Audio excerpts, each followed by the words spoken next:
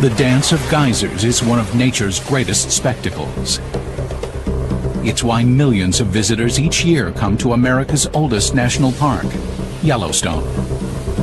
Its spectacular beauty inspired President Ulysses S. Grant to protect these 2 million acres of northern Wyoming wilderness back in 1872, and it's been a haven for outdoor enthusiasts ever since. Its incredible hot springs, bubbling pools of mud, unearthly ponds, and the most celebrated natural feature, the Old Faithful Geyser, are some of nature's greatest wonders. But beneath this primal beauty simmers a hidden threat. 5 miles below the waterfalls and mountain peaks lies the heart of a supervolcano, a constantly moving cauldron of molten rock the size of Mount Everest. Over countless millions of years, it fills with lava to the breaking point. Like a bomb with a hidden timer, it finally explodes. We don't know how long it's going to just sit there before it decides to go off. If sometime in the future it were to erupt, as it has before, the Yellowstone volcano would overwhelm everything within 100 miles and disrupt lives across the globe for years. The first sign of trouble will be increasing seismic activity.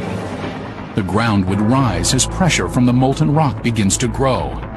There would be a lot of ground deformation, and then if it was moving up slowly enough, we would actually start seeing large changes in the geyser basins. Finally, the lava would shatter the Earth's surface with an explosion 10 times larger than Mount St. Helens. A hurricane of hot gases would spread out in all directions as the ash cloud reaches 80,000 feet into the air. Already larger than anything man has experienced, this would be just the beginning of a Yellowstone super eruption. Within days, a second enormous eruption would begin, then another. Soon, a ring of monstrous explosions 50 miles wide would be spewing molten rock and burning gases across the landscape. Certainly within 100 miles of Yellowstone, there wouldn't be much that was not destroyed. High in the atmosphere, the ash cloud would surround the planet, sending temperatures plunging. Global agriculture would fall into chaos. How do we know it will happen? Because it's happened before. The evidence is etched into the geologic record of past supervolcanoes. There are 1,500 volcanoes around the world. But there are fewer than 10 supervolcanoes. The ones with the potential to not only destroy the surrounding area, but to create a global disaster. And Yellowstone is one of these supervolcanoes. Imagine something 10,000 times the size of Mount St. Helens. It's almost unimaginable. Unlike a conventional volcano with its crater atop a mountain, Yellowstone's crater is so large it can only be seen from the air. This is the rim of a monstrous crater called a caldera that collapsed into the magma chamber during the last super eruption. It's large enough to hold the city of Los Angeles. People drive 35 miles, 45 miles commuting to work in that. Well, that's the distance across this caldera. And this is only the last of 3 monstrous calderas formed over the past 2 million years. The volcanic history of Yellowstone is really marked by these 3 giant cataclysmic eruptions of the scale that we haven't seen in, history of man, really. The first eruption vented somewhere around 600 cubic miles of material. And if you took all of that and you spread it out over the state of Texas, you'd have about 12 feet thick of deposits. The second eruption was hundreds of times larger than Mount St. Helens, and it's the smallest of the Yellowstone supereruptions. The most recent one, known as the Lava Creek eruption, occurred 640,000 years ago. At the time, early man had yet to arrive on the scene. Exotic prehistoric animals roamed the North American continent. 5 miles beneath the Earth, however, a magmatic cauldron 3 times the size of New York City was coming to a boil. There would have been hundreds to thousands of earthquakes becoming fairly large, so there'd be a lot of shaking, as the hot rock was moving up. 1 million tons of molten rock heated to 1800 degrees Fahrenheit pressed its way to the surface. Jets of superheated water suddenly burst through the cracks in the Earth's surface, shooting into the air. Hundreds of geysers were erupting over 500 square miles. We get explosions out of the hydrothermal system that put holes in the ground as big as a mile across. So they're big events. But this was just the overture before the main event. After days of increasing earthquake and geyser activity, under mounting pressure from magma and superheated gases, Yellowstone's last super eruption began. Material may have started to leak out of one side, perhaps forming part of the edge of the fracture zone. As you start to decrease the pressure, it starts to then explode. With the power of a hydrogen bomb, a monstrous cloud of searing ash and melted rock shot into the stratosphere at supersonic speeds. The heavier debris fell back to the ground, turning into colossal pyroclastic flows. It was sort of like a hurricane made up of 800-degree ash and pumice and hot gases. Just wipes things out completely. For miles, these lethal rivers of ash and gas cooked animals alive and brushed forests aside like twigs. They extend actually outside of Yellowstone into Idaho and into the Teton region. Some of this material flowed down and actually covered parts of the floor of Jackson Hole. So these things extend tens of miles away from the actual eruption location.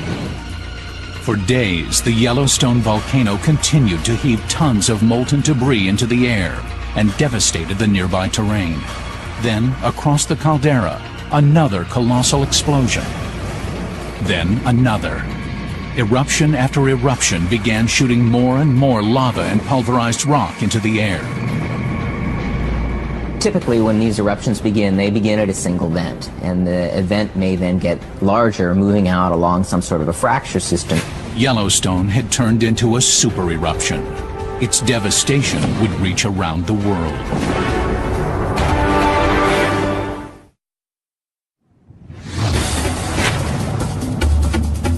Yellowstone's last super eruption occurred 640,000 years ago. It started as a single massive volcano, but soon turned into a series of eruptions, exploding with the full force of a supervolcano. The entire sequence of pyroclastic explosions that formed the Yellowstone caldera may have taken as little as 2 weeks to happen. Pyroclastic flows slashed across the landscape, obliterating thousands of square miles. Separate clouds of ash fused into a massive column of smoke. Winds drove it across the country, darkening the sky for hundreds of miles. During the eruption of all this material, that's when the caldera would have started forming. In a final massive display of nature's fury, hundreds of square miles of mountain dropped thousands of feet into the pit of roiling magma. The Gallatin Range and the Madison Range and the Mount Washburn Range to the north continued somewhere into the Yellowstone region. These mountain ranges were destroyed. Now, when I say destroyed, I don't mean they were blown to smithereens into the atmosphere. Much of it just fell back into the magmatic system, just fell back into the cauldron, if you wish, up the caldera itself. We're talking about mountains that might be 12,000 feet high that are now, the ground surface is on the order of 8,000 to 9,000 feet high. So 3,000 foot of mountain that's no longer there. Finally, after perhaps weeks of constant activity, the Yellowstone volcano subsided. But the devastation was far from over. A global disaster was about to begin.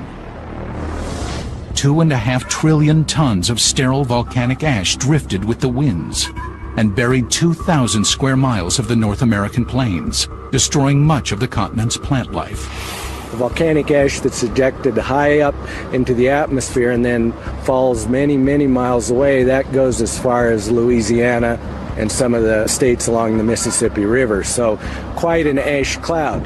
The lighter particles remained in the air for more than a year, forcing temperatures to plunge across the hemisphere. It acts as a veil and cuts out the sunlight, and so it cools the climate below. I think there would certainly have been climatic changes due to Yellowstone. We estimated 3 to 5 degrees Celsius drop in temperature, which is quite severe on a global basis. 5 degrees was enough to kill off much of the tropical plant life across the globe. Over the next year, animals died from lack of food as the ash continued to block out the sun. It took years for the planet to recover, for sunlight to reach the Earth's surface, for plants to push through the layers of ash, for animals to repopulate the continent. This Yellowstone eruption 640,000 years ago changed the face of North America. But that wasn't the only super eruption to ever strike the area. Besides the 3 calderas found near Yellowstone Park, geologists have discovered a series of eruptions and super eruptions that extend back 16 million years. There have been a series of volcanic eruptions similar to those that occur at Yellowstone, and there are all sorts of calderas that are preserved in the Snake River Plain in Idaho and extending back into Nevada. To date, 15 calderas of more than 140 large eruptions have been mapped. They create a trail running northeast to southwest and are an indication of what geologists call a hotspot. A hotspot is a portion of the Earth's mantle that contains a massive pool of partly molten rock. There is an area within the Earth's mantle, deep underneath where we live, that is molten. And it's causing a lot of heat to rise towards the surface, and that heat causes melting in the crust. And so we get large magma chambers.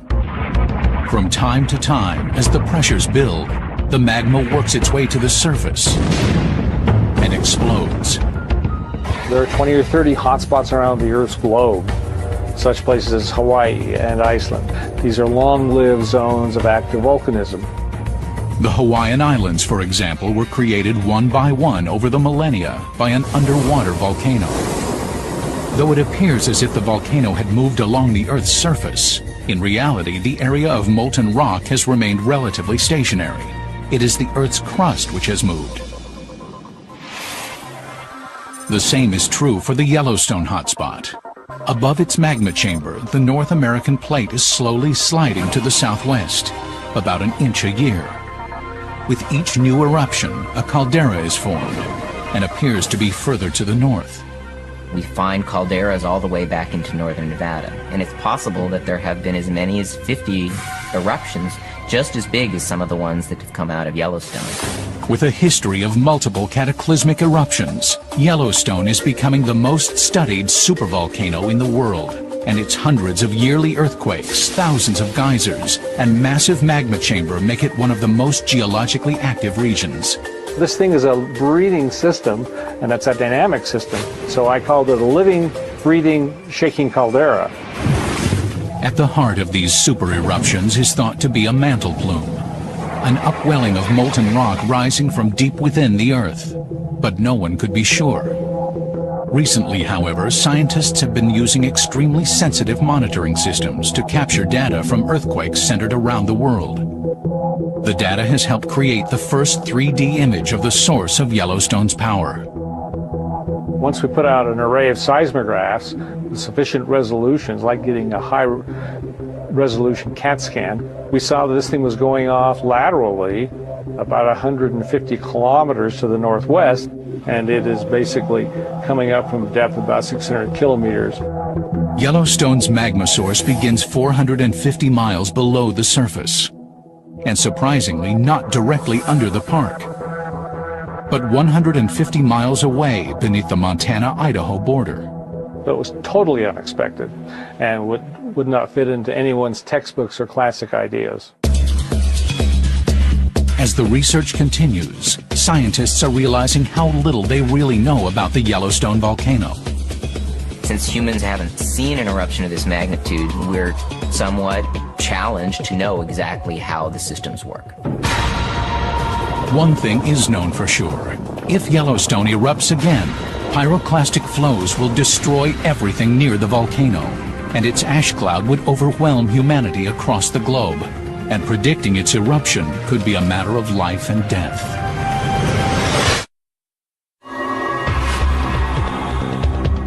Yellowstone. Its dreamlike natural beauty may sometime in the future turn into a nightmare. With little warning, the gigantic volcano could awaken and explode, putting the entire planet at risk. Unlike most disasters, such as tornadoes or hurricanes, which are short-lived and localized, a volcanic supereruption in Yellowstone would have global effects for years. Its impact would be on the scale of an asteroid, large enough to change the way we view our history. For a long time, Earth history was gradual changes, slow changes over long periods of time. And now we realize that every once in a while, boom, out of the sky comes something catastrophic. Most scientists believe an asteroid caused the disappearance of the dinosaurs 65 million years ago. But new discoveries suggest volcanoes can cause planet-wide devastation as well. One of the early volcanoes fueled by the Yellowstone hotspot left a gruesome graveyard 1,000 miles downwind. 12 million years ago, the wildlife in Nebraska was similar to what we have in Africa today. We have elephants, rhinoceroses, camels, horses related to zebras, all kinds of critters that aren't here anymore. Their bones, discovered in northern Nebraska, tell a distressing story of Yellowstone's impact. They were found buried under several feet of ash, volcanic debris linked to a supereruption. We first thought that maybe all these critters had been buried alive in ash, like the people at Pompeii. But the more closely we looked at the fossils, it turns out that wasn't true.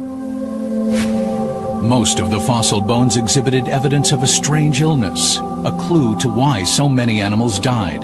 It has the extra growth of bone on the leg bones and on the jaws.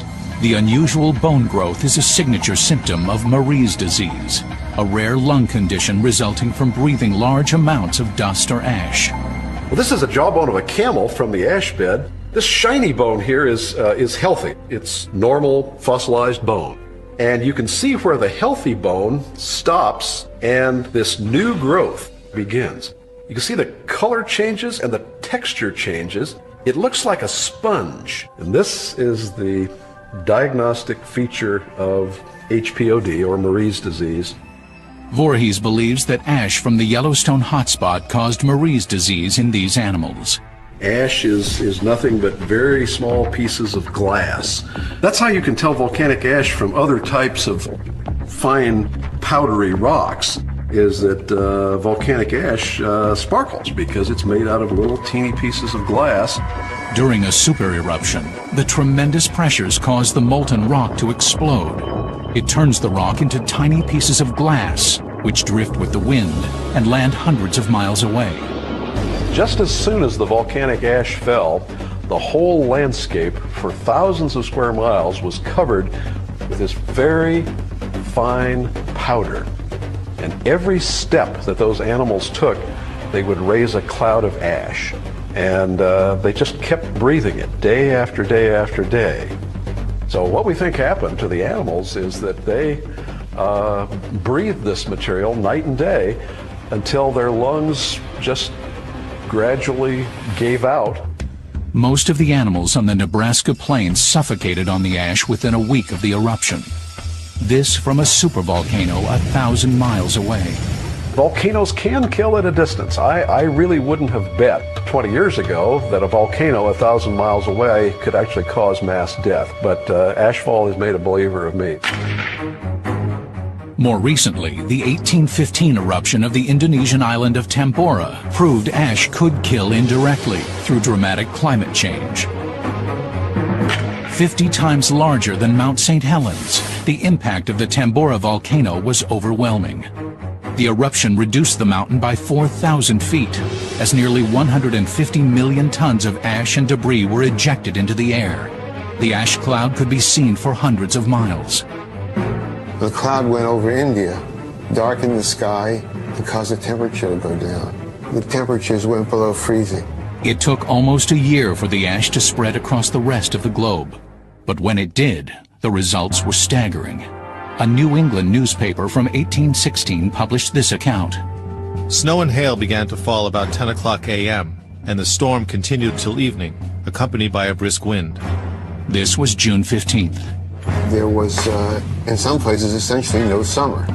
In the eastern United States, there was snow and ice in June, July, August. They replanted the crops died, they replanted them again.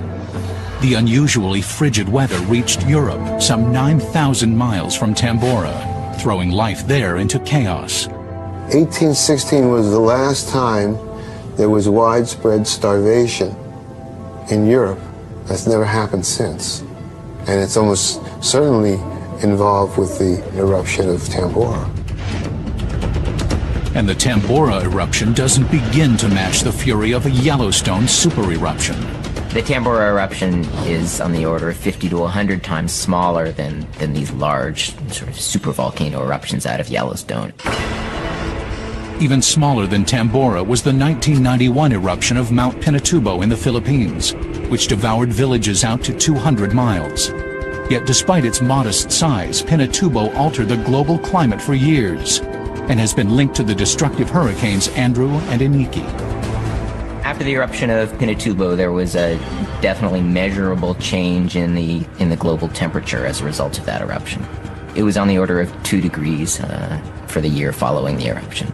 It may sound trivial, but a 2-degree change in global temperature over a long time could create unusually severe storms and kill off all but the hardiest plant life. Pinatubo was 100 times smaller than the last Yellowstone super eruption and had cataclysmic effects across the globe. Imagine what Yellowstone would do. In recent geological history, only the colossal eruption of Toba on the island of Sumatra can match the size of Yellowstone. And that eruption some 70,000 years ago may have nearly destroyed the human race. Well, Toba is the largest supervolcano that we know about. There's now a large lake called Lake Toba, which is the hole out of which the eruption came. It likely erupted for 2 weeks, dropping ash 6 inches deep on the subcontinent of India. But Toba's greatest impact was felt halfway across the planet, in Africa. Around the time of the Toba eruption, it's thought the population of early man was catastrophically reduced. It appears a bottleneck or a contraction of the human population occurred, reducing our numbers from possibly hundreds of thousands to just a few thousand. We know from the genetic data that something happened in the human history, in the history of our species, that reduced the amount of genetic variation a lot. And the argument is all about what was the nature of that event. One possibility is that there's some catastrophe that happened 70,000 years ago, like the Toba supervolcano, that just wipes out plants and animals and humans all over the earth until there's hardly any of them left. The massive eruption of Toba, more than 25 times larger than Tambora, likely created a catastrophic change in climate. Ice core samples suggest that the average temperature may have dipped as much as 20 degrees for years after the eruption, likely killing off plant life across the globe. Hardest hit would have been tropical areas like Africa. Africa is where we were at the time, and so it would affect us directly. And secondly, it's the tropical vegetation that never experiences cold temperatures, so has no adaptations for cold temperatures whatsoever. The frigid temperatures killed off much of the African plant life, and the resulting famine may have decimated much of the human race. It may be that the 6.5 billion people who inhabit the Earth today are the direct descendants of the few who survived the Toba eruption. If a single eruption like Toba is powerful enough to almost destroy the human race, what would a similar supervolcano do today? When a large giant eruption were to occur, I think there's little that man can do about it. The biggest thing we have to do first is understand them.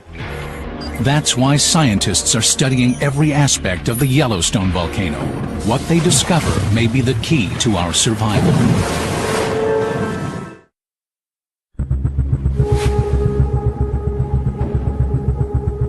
For most of us, Yellowstone National Park is one of our greatest natural treasures. But what lies just below the surface could destroy it all. The sense of scale of the catastrophic eruptions for Yellowstone is very hard to grasp. 640,000 years ago, a supervolcano in Yellowstone devastated the region. Today, scientists monitor the ground movement in Yellowstone to determine if and when another supereruption might occur.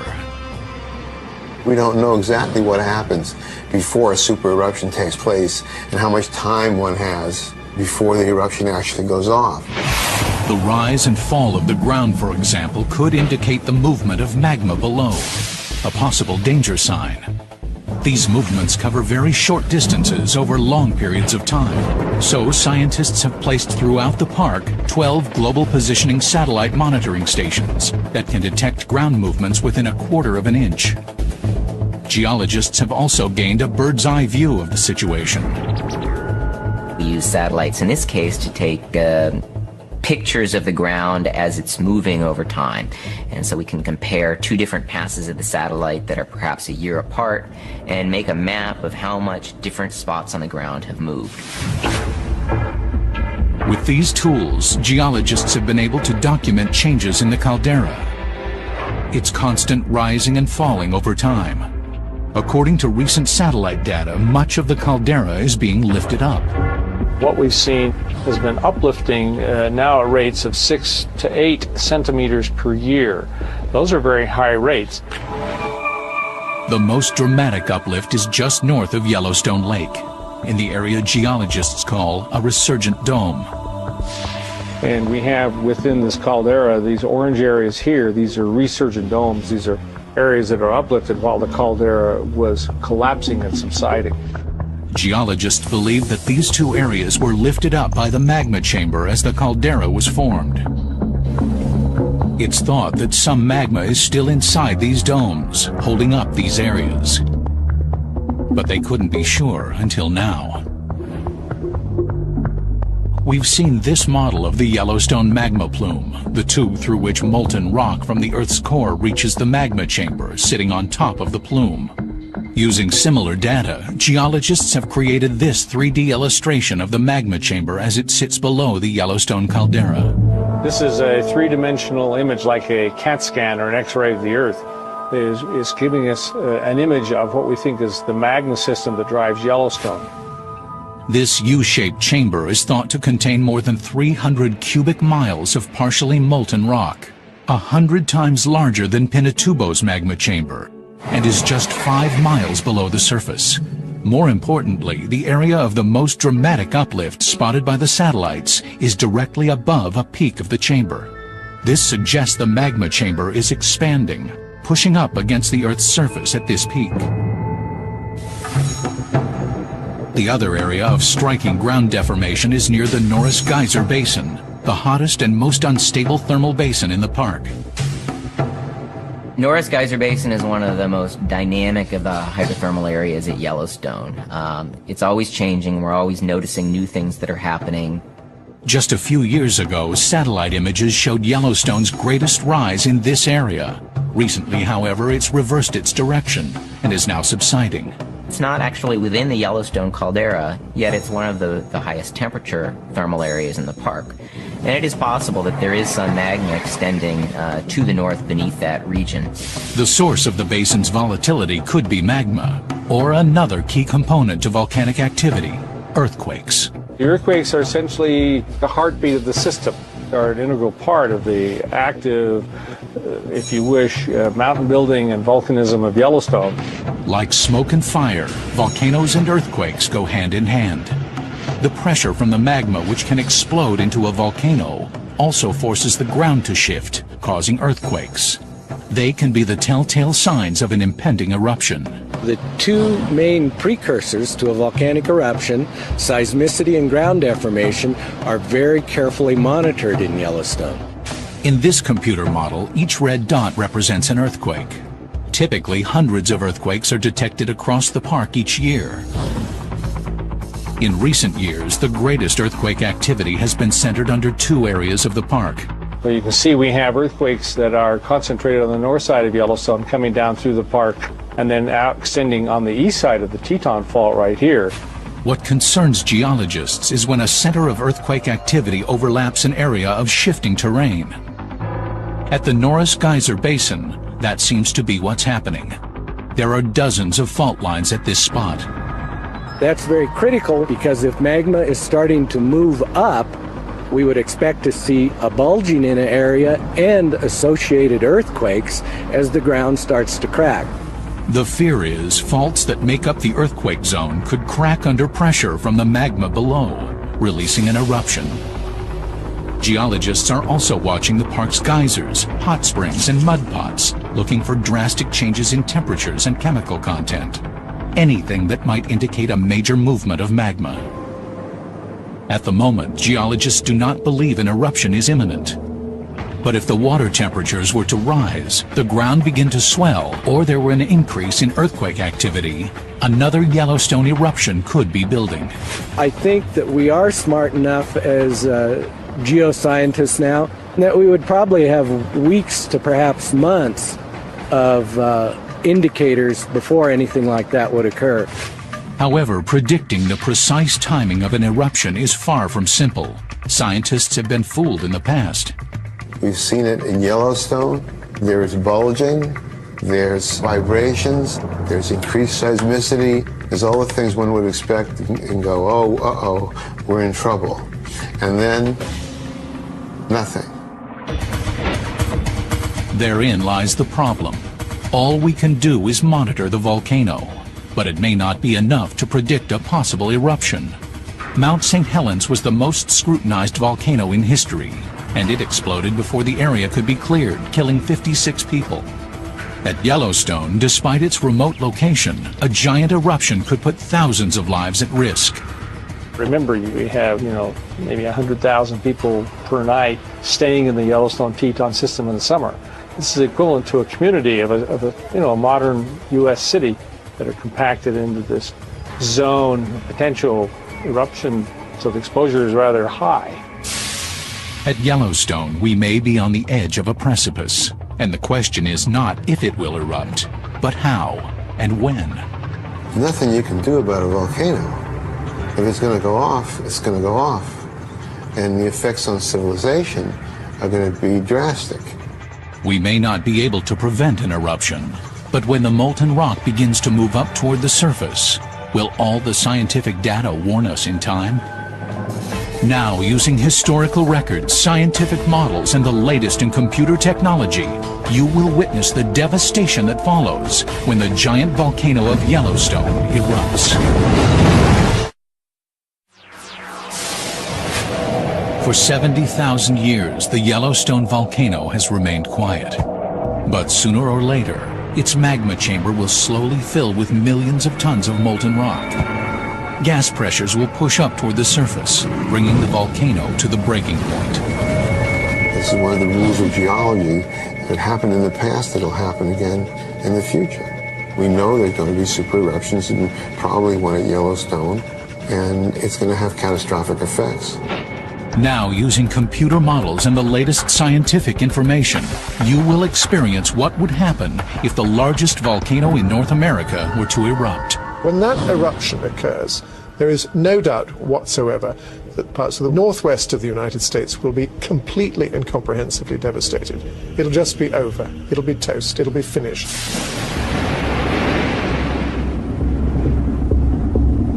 The first indications of a Yellowstone eruption will be rumblings heard underfoot as dozens of small earthquakes begin. The ground begins to rise from the pressure of the expanding hot waters, gases, and surging magma. The temblors grow in strength, spreading across the entire rim of the caldera. All the tourists have to be cleared from the park. Officials send out warnings to towns within a 100-mile radius, the danger zone of a Yellowstone super eruption. The cities of Bozeman, Montana and Cody, Wyoming prepare for the worst. Throughout the park, new cracks in the ground release huge geysers, spouting superheated water hundreds of feet into the air. The earthquake shaking itself will create fractures and cracks, allowing more material to come out. The last of the tourists and park personnel must rush to leave the park, trying to reach a safe distance some 100 miles away before the caldera lets go. They may not have enough time. Lava first appears oozing out of cracks in the surface. Then, steam and ash explode hundreds of feet into the air. But instead of this relieving the pressure, it pushes the volcano over the edge. The magma contains a lot of gas, and if you're able to depressurize the system rapidly, then the magma will lose its gas explosively and you can have a very, very large eruption. From 5 miles below the surface, molten rock heated to 1200 degrees bursts into the air. It begins to erupt, and you see these flows coming out sideways, and there's nowhere to go. Like a hurricane of ash, pyroclastic flows rip along the ground at 100 miles per hour. For those who left the park within the past half hour, their luck has run out. 50 miles away, the 30,000 residents of Bozeman, Montana watch in horror as the plume of ash and rock reaches into the sky. If they know anything about Yellowstone's past, they'll know they have little time before their city is devastated. The pyroclastic flows may go out as far as 50 to 100 miles away from the volcano. And so you'd see the pyroclastic flows coming across ridge after ridge after ridge, and then finally hitting where you are. So locally, regionally, it's absolutely devastating. Everything would be killed. The sky begins to darken as the ash cloud obscures the afternoon sun. The material is going to explode, violently to the surface, and the material's coming out at supersonic velocities. And the finer materials go 50, 60, 80,000 feet into the atmosphere. Then a second eruption begins on the other side of the caldera. Then another. It is no longer a simple volcanic eruption. Like it did hundreds of thousands of years ago, Yellowstone builds into the largest eruption known to man. The giant cauldron of magma spews 1 million tons of melted rock thousands of feet into the air as several volcanoes continue to erupt. Wave after wave of burning ash and debris destroy everything in their paths. With so little warning, nearly 400,000 people are at risk. And it gets worse. Material falls back onto the surface of the earth, and so you get ashes that are maybe 10, 20, 30 feet deep around Yellowstone. A brilliant summer afternoon begins to look like a blustery, snowy night. The weight of the falling ash collapses roofs across the states of Wyoming, Idaho, and Utah, killing thousands, while a cloud of lighter ash 1,000 times larger than the one produced by Mount St. Helens drifts eastward with the wind. There's so much ash put into the atmosphere, and it gets distributed so globally that it would cause disruption to air traffic, not just near the scene of the eruption, but really globally for a period of time. The ash goes in the jet engine and becomes ceramic and coats the jet engine. And there have been horrifying descriptions of airplanes just losing their power and diving while the pilots try to figure out what to do to start the engines again. Air travel grinds to a halt as the ash cloud reaches the upper atmosphere. And then, the deadliest part of the Yellowstone eruption begins. There's lots of ways you can die in a pyroclastic eruption. And one way is to inhale the stuff and inhale these sharp pieces of glass. They attack the lungs, they attack the bones, they kill you from the inside. Across the country, masks are supplied to protect people against the ash. But farm animals have no protection. Within weeks, vast numbers of the country's livestock die, like the animals that roam the Nebraska plains 12 million years before. And volcanic ash covers much of the Midwest's farmland. You can't grow anything in that ash. Fresh volcanic ash is sterile, like Mount St. Helens just after the eruption. And so it wipes out the breadbasket of the world, breadbasket of Canada, breadbasket of the United States. And the effects could last for years. Recovery is going to be a long process.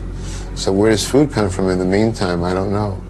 Millions of people could die from starvation related directly to the ashfall in America's Midwest. Countless more would suffer as the ash cloud drifts across the globe, dramatically changing our climate. it's quite likely that the climatic effects would be much worse than humans have experienced in the last couple hundred years. The Toba eruption suggests that ash particles would remain in the atmosphere for 6 years, radically cooling the planet.